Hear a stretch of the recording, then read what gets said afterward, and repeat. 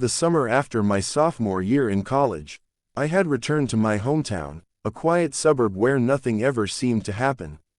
My parents were away on a month-long trip, leaving me to watch over the house. I relished the solitude, thinking it would be a peaceful retreat from the chaos of college life. I couldn't have been more wrong. The first week was uneventful. Days were spent lounging around, binge-watching shows, and catching up with old friends. Nights, however, were different.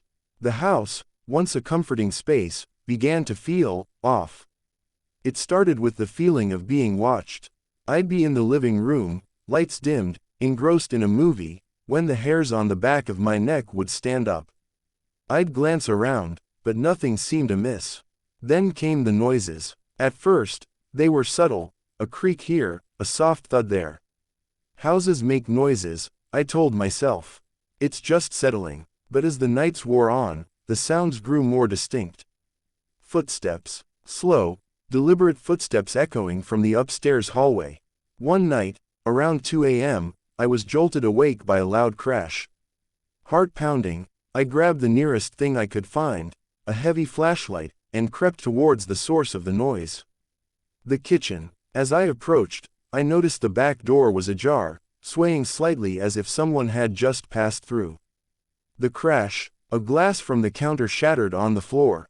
I locked the door, cleaned up the mess, and tried to convince myself that I had left the door unlocked and a gust of wind had blown it open. Deep down, I knew that wasn't the case. Sleep became elusive. Every night, the sounds intensified. Whispering voices, scratching at the windows, the unmistakable sensation of someone standing just out of sight. I started keeping all the lights on, hoping to deter whatever, or whoever, was tormenting me. Desperation led me to set up a camera in the living room, aimed at the staircase leading upstairs. I needed proof, or at least some peace of mind. The next morning, I reviewed the footage. For the first few hours, nothing. Then, at around 3:15 a.m., the camera captured it. A figure, tall and gaunt, descending the stairs. Its movements were jerky, unnatural. It paused at the bottom, tilting its head as if listening. Then, slowly, it turned its face towards the camera. Though the image was grainy, I could make out hollow eyes and a twisted grin.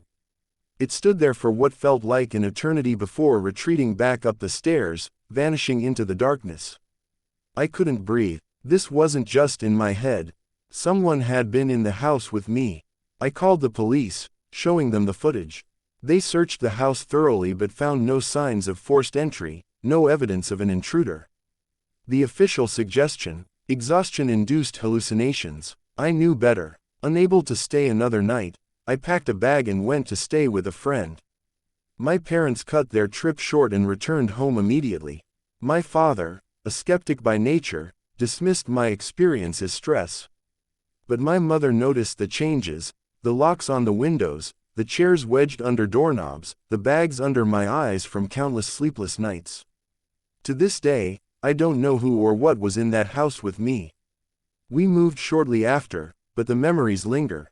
Every so often, I'll catch a glimpse of something in the corner of my eye, or feel that familiar chill down my spine.